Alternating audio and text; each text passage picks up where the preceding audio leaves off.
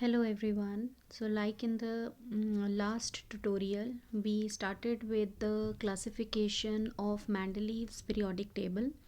So we have discussed in detail that how he framed his periodic table, how many periods and how many groups were there in the Mendeleev's periodic table. So in today's tutorial we are going to discuss the achievements and the limitations of his table, right? So achievements means that what are the good points of his periodic table. So the very first point or his achievement was that when he gave his periodic table, so many elements were not discovered at that time, right? So he left gaps for those elements which were not discovered at that time, and it might be surprising for you that he not only left gaps for these elements, but he also predicted the atomic masses and the properties of those elements which were not known at that time. So the very first achievement is that the Mendeleev's periodic table, it contains some groups for the elements which were not discovered at that time, and he named those elements by prefixing a Sanskrit numeral, that is eka, in front of the name of that element. For example, like eka boron, he named one of the element as eka boron. So what does it mean, eka boron? Eka means next to boron. So boron was already discovered, right? But eka means that next to boron. Like that, there was one other element, that is eka aluminium.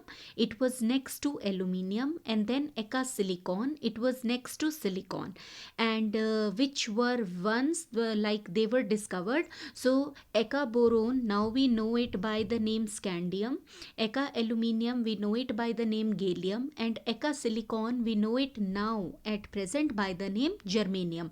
So these three elements, scandium, gallium and germanium, they were not discovered at that time, but Mendeleev left gaps for these elements, and he himself tried to name these elements as eka boron, eka aluminium and eka silicon. Now second achievement of his table was that he not only left gaps, he also predicted the atomic masses and the properties of these elements. Okay, so like one of the element that we will be discussing over here, we all can see that eka aluminium, he named this as eka aluminium, and now we know it with the name gallium. Okay, so he predicted that this element would be having atomic mass of 68, but when actually it was discovered and now we know it with the name of gallium, so now the mass is found to be 69.7. So we can say that roughly he was accurate in predicting the mass also. There is only a difference of 1.7, right? So that can be ignored. Then he predicted that whenever this element would be discovered, so the formula of its oxide will be E2O3, and it's now we know the formula of the oxide of gallium is Ga2O3. Then the formula of chloride, he predicted that it will be ECl3. E over here means that it is element. Okay, and now we know that the formula of this is GaCl3. So now we are done with the two achievements, that he left gaps for the undiscovered elements, and second achievement is that he not only left gaps, but he also predicted the atomic mass and the properties of the elements, right?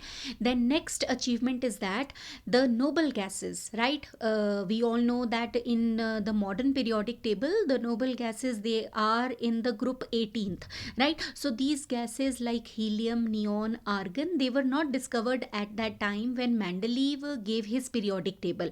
These gases were discovered very late.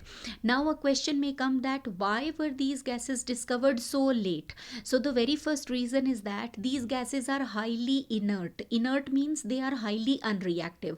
So since they do not react easily, they do not show their presence also. This is one reason for the late discovery.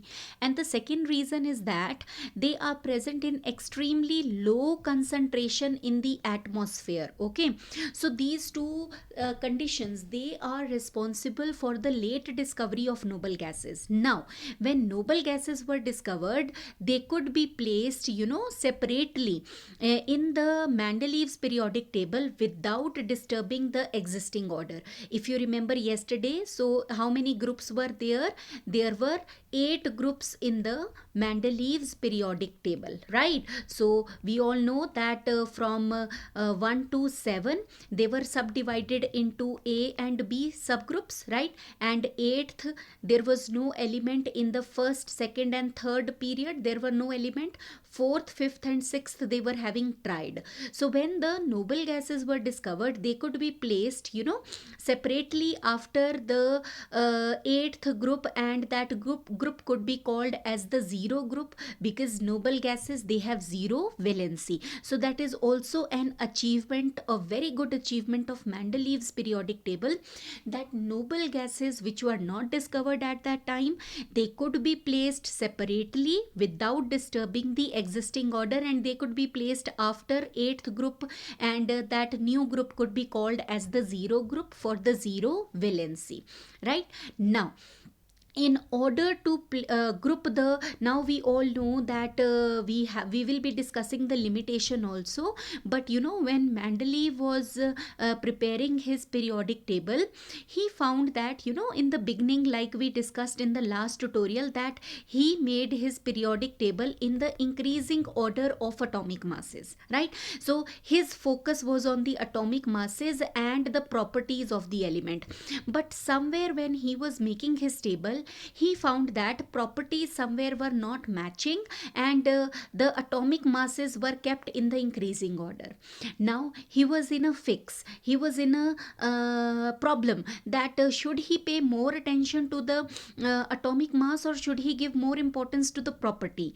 And he gave more importance to the property of the element rather than the atomic mass, right? So in order to make a periodic table where one group has all the elements in one group, they have the similar properties, somewhere he had to put up a higher atomic mass, right, in front, and the lower atomic mass behind it. So that is also an achievement, that he faced a problem between the atomic mass and the property, and he gave importance to the property, because he knew that properties of the elements, they are very important. So this is also an achievement of Mendeleev, that in order to group the elements, group means that putting them in the same vertical column, okay? So having similar properties together, Mendeleev had to place an element with a slightly greater mass before an element with a slightly lower atomic mass. So he paid more attention to the property rather than the atomic mass. And the last achievement of Mendeleev's periodic table is that he not only predicted the atomic masses of the unknown elements, but he also corrected the atomic masses of some elements which were wrong at that time. For example, he corrected the atomic mass of beryllium, which was taken to be 13, but he corrected it from 13 to 9 by taking account of the valency of this element. So he was able to correct the atomic mass also. So we can say, by studying all the 5 achievements, that Mendeleev was very much ahead of his time. He not only placed the discovered elements in the relevant positions, but he also gave position to the elements which were undiscovered at that time. Not only he placed those elements, but he also predicted their properties. Now, after so many achievements, a question may come that why are we not using this table at present? So we are not using this table at present because if you have paid attention to this achievement, he faced a problem between atomic mass and the properties of the elements. See बेटा, Mendeleev ने ये कहा था कि जो मैं अपना table बना रहा हूँ उसमें मैं एलिमेंट्स को किस ऑर्डर में रख रहा हूँ, इंक्रीजिंग ऑर्डर में. लेकिन बीच में उसे कहीं पर यह दिखाई दिया कि जब वो एटॉमिक मास के इंक्रीजिंग ऑर्डर में एलिमेंट्स को लगा रहा है, कहीं कहीं पर प्रॉपर्टीज जो है वो एक ग्रुप में मैच नहीं कर रही हैं. तो उसने क्या किया, उसने प्रॉपर्टीज को मैच करने के लिए एलिमेंट्स को शफल कर दिया. अब क्या हुआ, जिसका हाई मास था वो पहले आ गया और जिसका लो मास था वो बाद में चला गया। ऐसे तो नहीं हो सकता है ना। स्टिल उसने प्रॉपर्टी को ज़्यादा इंपॉर्टेंस दिया, मतलब कहीं ना कहीं मैंडलीव से कुछ गलती हो रही थी। So now is the time that we will discuss the limitations of Mendeleev's periodic table. So the very first limitation of his table is that position of hydrogen and हमें ये पता होना चाहिए कि बेटा पोजीशन ऑफ हाइड्रोजन, हाइड्रोजन एक ऐसा element है जिसकी पोजीशन आज तक भी एक प्रॉब्लम है। वाई? बिकॉज हाइड्रोजन को हम कई बार एक रूग एलिमेंट भी बोलते हैं। Now what is the meaning of rogue? Rogue का मतलब होता है something which is like controversial, जिसके पीछे हमेशा ही हम बोल सकते हैं कि बहस होती है। ठीक है, हमें पता नहीं है कि हाइड्रोजन यहाँ पर, मतलब जिसकी एक पर्टिकुलर जगह ना हो और हमेशा उसके पीछे आर्ग्यूमेंट हो, तो उस एलिमेंट या उस चीज़ को हम क्या बोलते हैं? रूग। अब हाइड्रोजन क्यों एक ऐसा एलिमेंट है? देखो बेटा, हाइड्रोजन जो है, हाइड्रोजन दो ग्रुप को रिजेंबल करता है। Hydrogen resembles group 1 and group 17। ठीक है, अब दोनों ग्रुप्स में वो कैसे रिजेंबल करता है? जैसे आप यहाँ पर देख सकते हो कि ग्रुप जो हाइड्रोजन है, जब वो क्लोरीन के साथ रिएक्ट कर रहा है, मतलब हेलोजेंस के साथ रिएक्ट कर रहा है, तो वो HCl बनाएगा। और ये है ग्रुप 1 के एलिमेंट, तो वो भी NaCl बनाएंगे। मतलब इनका कॉम्बिनेशन, इनका कंबाइन करने का जो ट्रेंड है वो सेम है। अब यहाँ पे हाइड्रोजन ऑक्सीजन के साथ रिएक्ट कर रहा है, तो 2 एटम हाइड्रोजन के H2O, और उसी तरीके से जब ग्रुप 1 के जो मेटल है वो बनाएंगे तो वो Na2O बनाएंगे। मतलब यहाँ पे भी pattern is almost the same. फिर नेक्स्ट केस में हम देख रहे हैं कि हाइड्रोजन जो है वो सल्फर के साथ रिएक्ट कर रहा है, तो यहाँ पर जब वो सल्फर के साथ रिएक्ट कर रहा है इट इज़ H2S, और ग्रुप 1 में Na2S। मतलब यहाँ पर जो हाइड्रोजन है बेटा, वो किससे रिजेंबल कर रहा है? वो ग्रुप 1 से रिजेंबल कर रहा है। लेकिन जो ग्रुप 17 है, अब उनमें क्या क्या सिमिलैरिटीज़ है? Hydrogen is a non metal, group 17 के भी क्या हैं बेटा? वो भी नॉन मेटल हैं, तो ये सिमिलैरिटी हुई। ठीक है, हाइड्रोजन डायटोमिक है। ग्रुप 17 के भी जितने एलिमेंट हैं जैसे फ्लोरीन, क्लोरीन, ब्रोमीन और आयोडीन, ये भी डायटोमिक हैं। तो मतलब ये ग्रुप 1 और ग्रुप 17 दोनों को रिजेंबल करता है। तो अभी तक जो है हाइड्रोजन का एक प्रॉपर पोजीशन नहीं है। ठीक है, तो मतलब कहीं ना कहीं ये मेटल्स से भी रिजेंबल करता है। जैसे ग्रुप 1 जो है वो मेटल्स हैं, ठीक है, लेकिन ये खुद क्या है? नॉन मेटल है। तो मतलब हम इसे इकट्ठे नहीं रख सकते हैं, लेकिन इनके रिएक्ट करने का पैटर्न सेम है। और ग्रुप 17 जो है वो नॉन मेटल का है, हाइड्रोजन भी नॉन मेटल है, और वो इसी तरीके से है जैसे हाइड्रोजन भी डायटोमिक है, ग्रुप 17 के जितने हमारे एलिमेंट हैं वो भी डायटोमिक है। मतलब दोनों ही ग्रुप में सिमिलैरिटीज़ भी हैं और डिससिमिलैरिटीज़ भी हैं। So he was not able to explain the position of hydrogen. This is one limitation. Okay, then second limitation is that position of isotope. अब आइसोटोप क्या होते हैं, जैसे मैं आपको यहाँ पर बताती हूँ। फॉर एग्जाम्पल हम लेते हैं कार्बन, तो कार्बन के होते हैं बेटा 3 isotope, C612, C613 and C614। ठीक है, जो हम ये बेस पर लिखते हैं ये है एटॉमिक नंबर, और जो हम ये यहाँ पर सुपरस्क्रिप्ट में लिखते हैं ये है इसका एटॉमिक मास। ओके, तो अब मेंडलीव ने जो अपना टेबल फ्रेम किया था वो किसके बेसिस पर किया था? एटॉमिक मास के बेसिस पर किया था। और एटॉमिक मास हम देख रहे हैं कि तीनों आइसोटोप का क्या है? डिफरेंट। मतलब इन तीनों को 3 डिफरेंट स्लॉट देने चाहिए थे। मतलब एक स्लॉट कार्बन 12 का होना था, एक 13 का और एक 14 का, लेकिन उसने इन तीनों आइसोटोप को एक ही स्लॉट दिया था। मतलब 12, 13 और 14 एक ही स्लॉट में आ गए थे। तो ये भी एक लिमिटेशन है कि he made his table on which fundamental property? on atomic mass। लेकिन atomic mass तो तीनों का अलग है। ठीक है, तो मतलब तीनों के 3 डिफरेंट स्लॉट होने चाहिए थे। स्लॉट का मतलब क्या होता है? Position. Okay, but he kept all the isotopes at the same slot. So this is again a limitation, that why was he placing the isotopes in the same slot though their atomic masses were different from each other? अब उसका answer क्या दिया कि मैंने इनको इसलिए एक slot पे रखा है क्योंकि इनकी प्रॉपर्टी सेम है। तो आपको यहाँ पे भी समझ में आ गया ना कि मेंडलीव ने ज़्यादा इंपॉर्टेंस किसको दिया? जब वो मास और प्रॉपर्टी के बीच में कंफ्यूजन हो गया कि अब मैं मास को इंपॉर्टेंस दूँ या मैं प्रॉपर्टी को इंपॉर्टेंस दूं, तो मेंडलीव ने मास को छोड़ करके बेटा हमेशा किस चीज को पिकअप किया था, प्रॉपर्टी को उसने सिलेक्ट किया था। तो ये बात तुम्हें भी पता होनी चाहिए, ठीक है। और वो कहीं ना कहीं गड़बड़ सिर्फ इसलिए हो रही थी क्योंकि एंड तक जो मेंडलीव का फोकस था वो किस पे था, एटॉमिक मास पर। But see here also unknowingly he was being correct कि मास को नहीं इंपॉर्टेंस दिया, इंपॉर्टेंस किसको दिया, प्रॉपर्टी को। तो जब हम मॉडर्न पीरियोडिक टेबल पढ़ेंगे ना, तो आपको ये जो मेंडलीव की लिमिटेशन है वो अपने आप सुलझ गई थी, अपने आप सीधी हो गई थी जब हमने मास को छोड़ करके नंबर पर फोकस किया, ठीक है। लेकिन मेंडलीव के लिए ये क्या थी लिमिटेशन, कि मास आइसोटोप के डिफरेंट होते हैं, तो उनको डिफरेंट स्लॉट देना चाहिए था।